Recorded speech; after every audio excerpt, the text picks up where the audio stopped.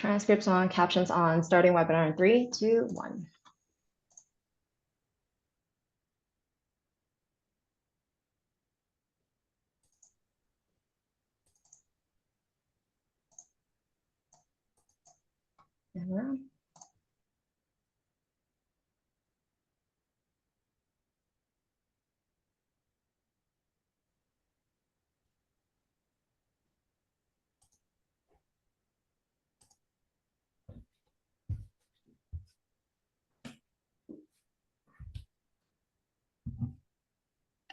Dave has been promoted to panelist. Thank you, Scott.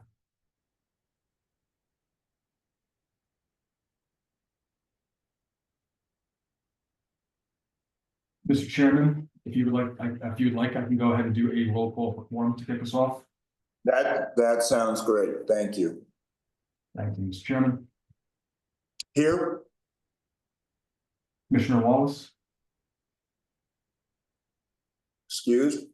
Commissioner Naves, Here. Commissioner Revelle, Here. Commissioner Racinos, Excused. Commissioner Meyer, Excused. and Commissioner Pope. Here. Mr. Chairman, you have a quorum. Excellent. Please proceed.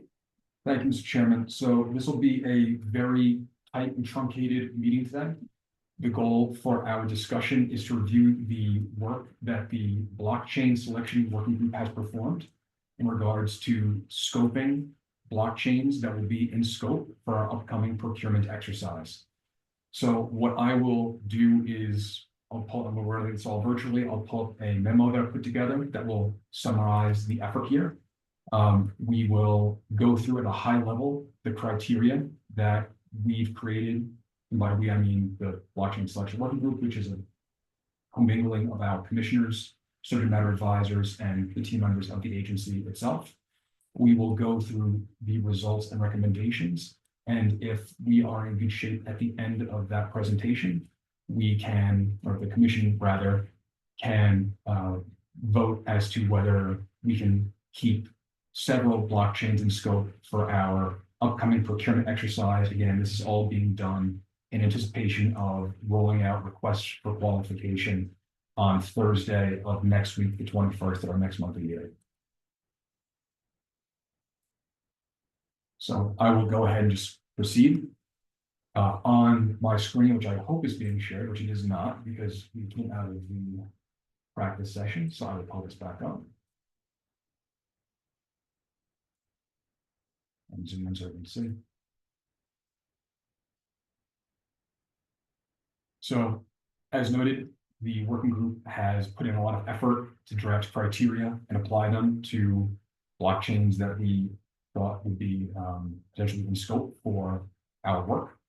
And we've come up with a selection of, or the goal was to arrive at 5 layer 1 blockchains and any qualified layer 2 blockchains they're on, as what we're referring to as candidate blockchains for the deployment of the first Wyoming stable tokens. So to be specific, our goal here was not to go from several dozen blockchains to one, is to go from a larger cohort down to a small number that will give us some flexibility when it comes to the subsequent RFPs and blessings, Chairman. We do have the authority to do this under our statute. We do have the ability to determine the characteristics of the tokens that we are able to issue, which we believe would apply to the blockchains that are used. And should this discussion not result in a final decision, we could also potentially continue doing more research or altering selection criteria. But for the sake of time, we will keep marching ahead here. To give a little bit of background, again, we are, the blockchain selection here is one of the most critical decisions we are going to make in the immediate future. Back in December of last year, the university's Center for Blockchain and Digital Innovation helped put together a review of 15 different chains. There was many quantitative and qualitative metrics behind them. I think the team were able to standardizing it back then. We've essentially doubled the scope of that exercise to 28 different blockchains, and we defined 25 criteria for assessment as the working group with the intent of ranking blockchains according to their technical capabilities, regulatory compliance, and current utilization, which is all to say there's no one perfect metric. We have to look at a number of things here. The end goal for us is to arrive with several chains in scope that will be a level of robustness that we think can support the state of Wyoming in what will be a first in the US with this effort.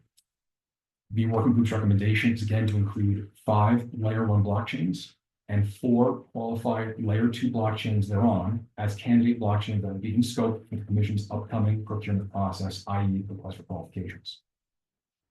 What I'll do now is quickly hop into a summary of our analysis and how we broke this all down. Then I'll go into a bit more granularity with the criteria. Then I'll present the results. So when the working group went through this effort, we wanted to kind of create a bit of a funnel here around how this assessment would be done. The first thing we came up with was a series of 5 features that we refer to as binaries. That is to say, a candidate blockchain will need to have, they must have all 5 of these things to go on to the next round, which would be scoring with a rating rubric. If you do not have any one feature, that blockchain would not be considered qualified for scoring. Of the 28 chains that were initially scoped, 14 were considered qualified for scoring, so half. Then we went into the actual scoring rubric, which was 9 very quantifiable criteria that reflect the efficiency, stability, and utilization of a given blockchain, and they were given a numerical score from 0 to 3 based on the robustness or whatever the quantitative metric we applied for that given criteria. We then added several additional benefits. This would be things like if this blockchain already has use cases on it that we found could be applicable to a Wyoming stable token, or if they were already working with governments, or if they had some extensibility features that would help us broaden the scope and scale that we're doing, we would assign some extra points in that capacity. There was also a section for additional concerns, which was if there were any kind of technical hiccups on a given chain, or if there were any legal or compliance concerns around the business entity or team that was building a given chain. Those were assessed as a deduction of points. Before we hop into the actual review of those criteria, I will note a few things. One is, as we said the last time we did this exercise in December with the kind of preliminary work, comparing blockchains is not apples to oranges, but it's not quite apples to apples either. There's a lot of different structures across these networks, and I think the group has done an excellent job of standardizing non-standardized data where possible, and that's why we went through this very quantitative effort. But there's always going to be a little bit of differences in these comparisons, but we believe we mitigated that issue sufficiently. Second thing is the work that's been done here is a result of what we were able to find in public, in a public forum, and also things that were specifically deployed to the main net of a given blockchain. So this is not technology that exists theoretically, things that are on test nets that are not fully deployed yet. We want to make sure we're assessing things that are live because we do expect to move extremely quickly with this effort, hopefully launching early next year. And we're going to need to rely on a robust existing tech stack to accomplish that. And finally, one last note here is the absence of evidence is not evidence of absence. I think that's a Carl Sagan quote. It is possible that we did not scour every possible page of the internet to find all of the data for every chain that was in scope. If we miss something, we do have a few days before our next meeting to remediate any kind of material miss. Again, I would be surprised if that was the case, because I do think we're quite diligent in this work. But in case that is something that occurred, we can address that over the next few days. So in terms of findings, I'm going to pause on that, not for any theatrical effect, but because I do want to go through the criteria first. However, I do want to note that the commission does have a remit from the Select Committee on Blockchain to encourage a multi-chain and technology neutral approach. So while this is very much the exercise to figure out what where the first Wyoming stable token will launch out of a cohort of 5 and change different blockchains, over time, we expect to be much broader than that. So Before I hop into the selection criteria specifically, were there any questions from Mr. Chairman or from the commissioners? Please, if there are questions, raise your hand. If there are none, please proceed. Thank you, Mr. Chairman. I'm not seeing anybody come off mute nor any hands up, so we will proceed, and then I hope this is screen is sharing appropriately. So to dive right in, this is our page the working group created for our selection criteria. To dive into our binaries, again, this is where blockchains will need to have, must have all 5 of these features to be considered qualified for scoring.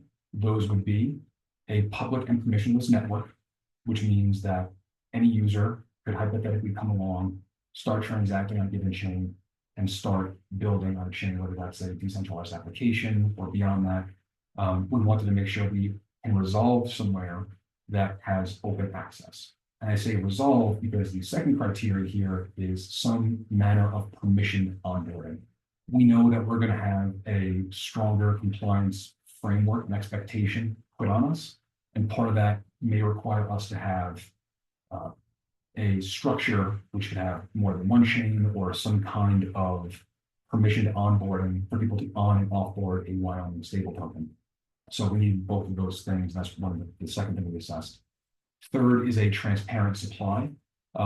This is the proxy for being able to see how many tokens are on a network at any given time. This will facilitate for us something hopefully close to near real-time reconciliation between the amount of tokens outstanding and the amount of reserves we have behind the scenes that are backing the token. So we'll make sure we have that visibility on any given chain that we're looking for. Fourth is on-chain analytics. We know that there are multiple firms in the space that do transaction monitoring. We know that we are going to be engaging one of those firms after a qualification proposal process to make sure that we have visibility into where the Wyoming stable token will live. And we need to make sure that for the chains being assessed, they were covered by at least 2 of these 4 existing vendors, specifically ones that work with domestic law enforcement agencies. And finally, there is the freeze and seize feature where we need to make sure that if, for whatever reason, or however they get there, any tokens being used in illicit activity can be stuck in place and then seized or burned as well. So that would be for any layer 1 that has that functionality, or layer 2 on top of it that use the same programming language. Those are our binaries. We also have a note here specifically for this exercise. Tron, the blockchain, was descoped because of the amount of illicit activity that happens on that chain. We actually call this out in our December meeting as well, and that has stayed true for this exercise as well. The next step here, again, was our scoring rubric. There are specifically several metrics that we rated these chains on. I'm not going to go through each of these in any kind of detail, but suffice it to say, we are looking to make sure we're building on a chain that's been around for several years, that any significant technical difficulties, has a strong number of daily active users, has some amount of funds locked on the chain, which is referred to as total value locked. That's a proxy for security, because the more funding there is on a given chain, then we know that it is more secure if it has not been compromised.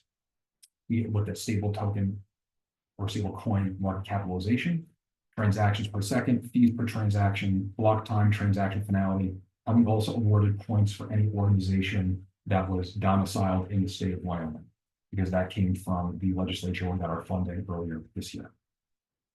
In terms of these additional benefits, again, I'll skip the criteria, but the things that we looked at to assign additional points to any given chain was if they had robust privacy features like zero-knowledge proofs or homomorphic encryption. Interoperability is another thing we looked at. These could be cross-chain interoperability or transfer protocols, or perhaps bridges to go from one chain to another. That will again help us be and achieve that multi-chain approach sooner rather than later.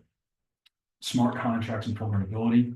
These will, looking at chains that allow that customization and that subsequent developments that can potentially use a Wyoming stable token, that can help us with potential yield distribution if we do have a yield-bearing token at some point in the future, leveraging decentralized finance applications, and also perhaps permissionless onboarding in the future with a There may be a longer tail on that one, but that's also something we're thinking about. And then the last two here I mentioned earlier, use cases and existing partnerships. We were monitoring to see if different chains had different relationships with perhaps governments or payment processors, or if they had deployed use cases that we think the stable token would potentially pursue in the future. And then finally, for our criteria, we have additional concerns. This is where if the entity has had criminal or civil penalties levied against them, we do have some specific criteria here. Same goes for any illicit activity from team members, specifically officers, directors, executives, or managers. We looked at technical formidability. If the network had been hacked, 51% attack, the target of social engineering attacks, or other compromise. We assessed a deduction of funds there, including, and for this bucket in general of additional concerns, there are some instances where a chain could be immediately disqualified if they perhaps had, an executive go to jail for a crime that they were found guilty of or pled guilty to. We also have a few others down here. Network availability is to make sure that we don't have significant downtime on any network we would pursue. Bug bounties, making sure that the different chains or the supporting entities thereof have sufficient bounties for white hat hackers to encourage penetration testing and other workarounds. And finally, we also did a check to make sure that the code bases were maintained. So those were all of the criteria we created. Again, we quantified things as much as I believe we possibly can and standardized where we can. Any further questions on, or any questions on the selection criteria?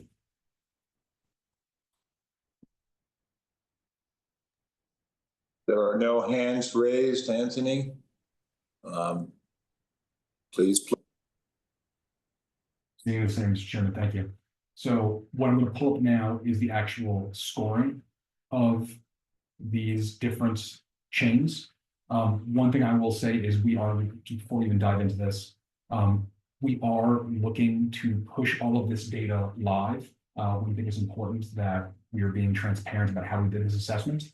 So I expect all of this to end up on our website shortly after this conversation. In case we need to tweak anything along, I will do so, but I would expect that these pages from Notion will be on our website, and I will put out social media posts about that to confirm. If you took a look at this page here, these are again our binary qualifications.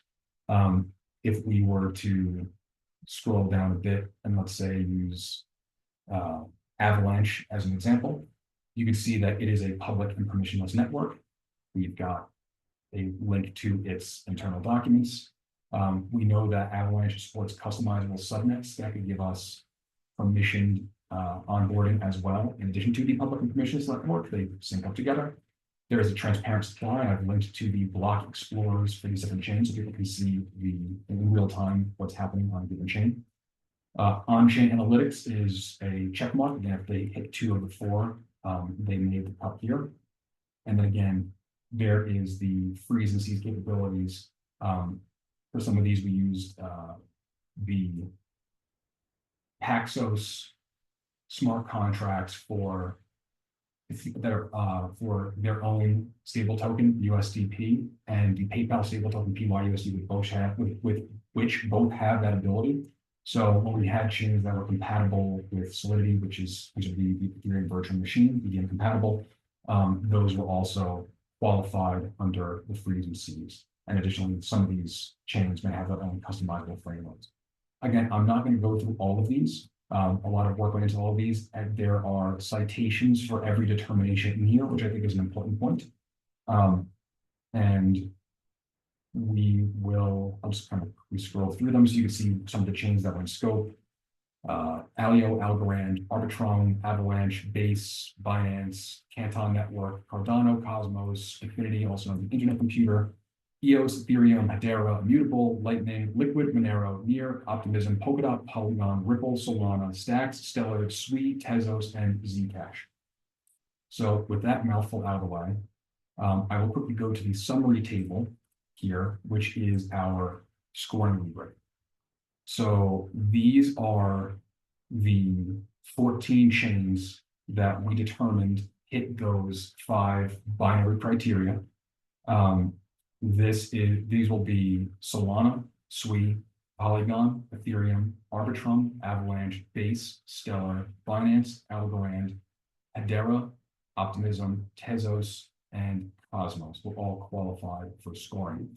Again, we don't need to go through every single one of these variables, but these map onto our scoring that I walked through. So you can see active users, total value locked, the market cap of the stable tokens on a given platform. All of this is here, all of this is sourced, and we assigned a numerical score based on all of these. If you're looking at the scoring rubric tab, the number actually won't add up because these also consider the functions and considerations, which is going to be additional benefits, additional concerns, which are in this tab here. Again, we've got a few scant minutes left on the clock, so I won't go through all of this, but again, you can see that we looked at privacy features, interoperability, smart contract programmability, various use cases, and we assigned scores for that. And then for any of the additional concerns that we have, for example, Solana, while it's scored very highly elsewhere, it has had outages from time to time. So that perhaps got a minus score on that particular criteria. So again, I'll end the Notion walkthrough on the scoring rubric. You can see that there's 14 here that are in scope that were qualified for scoring. One note that is not reflected on this page, it's somewhere buried on Mark's head up, is that we did disqualify Binance as a chain because of the criminal penalties levied upon the company. They paid a $4 billion fine for some activity, which again is all documented here, as well as having one of their lead executives do some time in jail. So they were removed from this, which again leaves us with 13. Heading back to our memo here, we again had wanted to select 5 different layer 1 blockchains through the working group that would be candidate blockchain that would be in scope for our procurement process. Those 5 are Solana, SWI, Ethereum, Avalanche, and Stellar. The working group also recommended adding the qualified layer 2 networks that are on top of Ethereum to the scope as well, because it's going to be functionally, much the same infrastructure with some enhanced efficiencies around transaction throughput, costs, and of course, extra users and extra use cases. So there are 9 chains in total here that would be in scope for procurement. And with 2 minutes left on the clock, I will pause there. That is the result of the working group. I will happily answer any questions, Mr. Chairman, that you have or that any of the other commissioners may have. So let me open the floor now. I think this has been a very thorough presentation, but if there are questions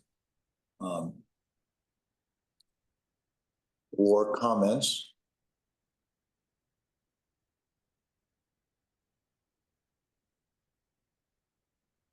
Director, you may see something I don't, but I don't see any. I know this has been a very complete presentation. Thank you, Mr. Chairman. So with that said, again, coming to the 30-minute deadline we have here, and we do not have public comment today, but my recommendation to the commission would be 2 motions. One would be to accept the selection criteria and findings, and then secondly, to elect the following blockchains as candidate blockchains that would be incorporated into our request for qualifications to be presented next Thursday morning. So members of the commission, you've heard the recommendation. I would entertain any motion at this point.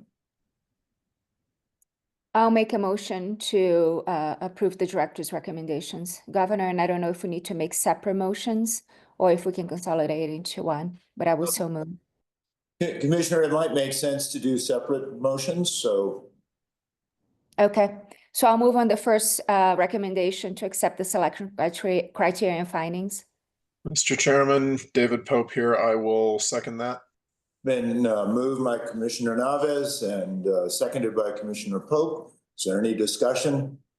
Hearing none, all in favor signify by saying aye or raising a thumbs up, I guess, either. Aye. Aye. Commission, Thank you, Governor. And then I'll move on the director's recommendation to elect the specified blockchains as candidate blockchains for the RFQ. okay, motion's been made. The previous motion did pass. Is there a second for Commissioner Navez's second motion? I'll second. Thank you, Commissioner Revelle. Any further discussion? Hearing none, all in favor signify by saying aye. Aye. Aye. Commissioner Pope, I assume that's an aye. It is, Mr. Chairman. Thank you. I am an aye. Director Apollo, I think that motion passes as well. Thank you, Mr. Chairman. That's how I have it on the scorecard too. With that being said, the last thing I'll say is I want to, I do want to thank the commissioners, subject matter advisors, and members of the Center for Blockchain and Digital Innovation at the University of Wyoming, who helped with a tremendous amount of research in a very short amount of time. While also some of these tech stacks are changing, new features are being rolled out all the time. So this has been a significant effort. I'm very proud of the work that's been done here, and I want to thank everybody for the time they spent on it. Thank you, Director. I also want to thank the members of the working group and Stephanie as well for great work. If there is nothing more to come before us, Director, unless there is something, I would entertain a motion to adjourn. So moved, Mr. Chairman. Thank you, Commissioner Pope. Is there a second for that? I'll second that. Thank you, Commissioner Alves. All in favor signify by saying aye. Aye. Aye. Aye. We are.